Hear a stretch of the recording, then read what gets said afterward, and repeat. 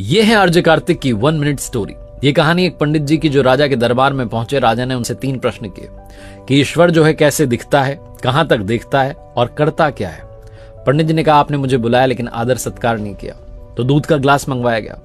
पंडित जी दूध के ग्लास में बार बार उंगली डाल करके दूध को बाहर निकाल करके देख रहे थे। राजा ने पूछा कर क्या रहे हो। पंडित जी ने कहा कि मैंने सुना है दूध में मक्खन होता है। राजा ने कहा ऐसे थोड़ा ना मिलेगा, दूध से दही बनाया जाता है, दही को मथा जाता है, फिर मक्खन मिलता है। पंडित जी ने कहा ईश्वर भी ऐसे थोड़ा ना दिखेगा, आत्मा को पवित्र करना होगा नियम से, ध्यान से, अभ्यास से, तब परमात्मा दिखाई देगा। राजा बड़ा प्रसन्न हुआ जवाब से। उसने कहा दूसरे प्रश्न का जवाब दीजिए।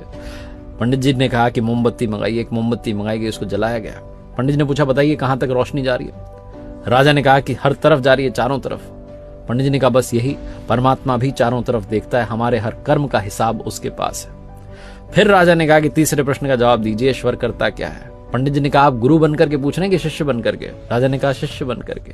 तो पंडित जी ने कहा कि आपका गुरु तो नीचे खड़ा हुआ है। तुरंत राजा ने पंडित जी को जाकर के सिंहासन पर बैठाया और खुद नीचे जाकर खड़ा हो गया।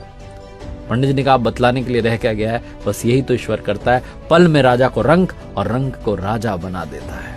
बहुत छोटी सी कहानी जिसका सार समझाता है भरोसा बनाए रखिए, प्रभु सब कुछ संभाल लेंगे, वो सब कुछ देख लेंगे, बस आपकी आराधना में, पूजा में, भक्ति में कमी मत होने देना।